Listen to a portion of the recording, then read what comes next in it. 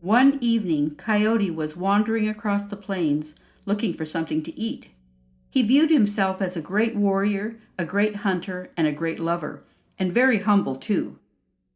After walking for hours, the sun began to set, and he still had not found anything to eat. He began to feel pitiful and put upon by Creator. Why was he, such a good person, suffering so much? He howled. He began to stumble and stagger from hunger. His tail was dragging, and his ears sagged to the ground. He was sure he would die on the plain and be a feast for the scavenger birds. He began to sing a song that would take him to the next world. We are, oh. He began to get dizzy, and as he reached the top of the hill and he looked down towards the setting sun, a movement caught his eye. His eyes widened as he saw a lodge that was shining in the valley. The teepee was tanned to a beautiful cream color, and the poles were perfectly set and balanced. But it wasn't only the teepee that captured his attention, it was the beautiful woman he saw. She was placing thin strips of buffalo meat to dry on a scaffold. She worked with grace and assuredness, and Coyote caught the delicious scent of stew rising up to his nose, causing him to drool with hunger and anticipation. And it wasn't only his nose that reacted, but he was also moved by her beauty.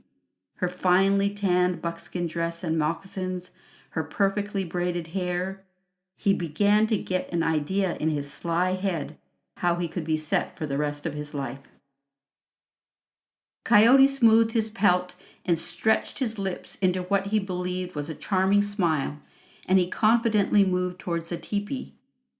Even with Coyote's odd appearance and behavior, the beautiful woman was welcoming. As was her tribal custom, she brought him food and water. He watched her every move, and he was filled with desire to possess her as his wife. It made perfect sense. She was a wonderful cook. She knew how to set up a camp all on her own. She could tan hides. She was kind and beautiful. She was the perfect mate for him with all his fine attributes, he thought. Amazingly, after talking, eating, and Coyote singing an off-key love song, the woman agreed to become his wife, and that very night they consummated the marriage. Coyote was very self-satisfied and filled with pride at his successful conniving as he dozed off with a sly, happy sneer on his face. Coyote had only been asleep for a few hours when he found himself being shaken awake by someone pushing roughly on his back and shoulder. He was even more startled by an anxious voice hollering in his ear to get up and pack up the teepee because they were moving now. Still trying to understand what was happening, Coyote looked around for help from his wife. He looked at the woman rushing around the camp, packing up everything and yelling at him to help, when he realized it was his wife. He began to pack up what he could, but he was also terrified, not understanding what had happened to his beautiful wife.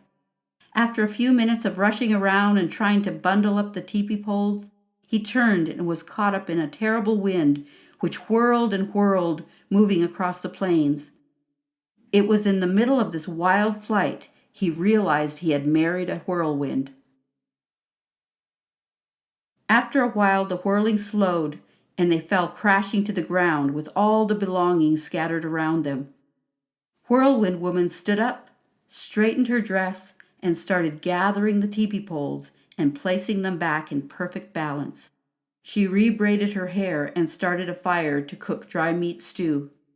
Her voice became sweet and calm, and she quietly folded mats and buffalo robes, placing them neatly around the lodge. While Coyote settled in for the evening, enjoying the stew and romance of another night, he was already planning to abandon the marriage. He waited until Whirlwind Woman was sleeping deeply. He quietly removed one of his lice from his pelt and placed it under her pillow. He silently crawled out of the bed, under the teepee flap, and then jumped up and began to walk across the plain, looking for his next meal. Whenever you're away from me, I always get those lovesick blues. Never ever leave me, and I'll never leave you. Way on, hey on, home.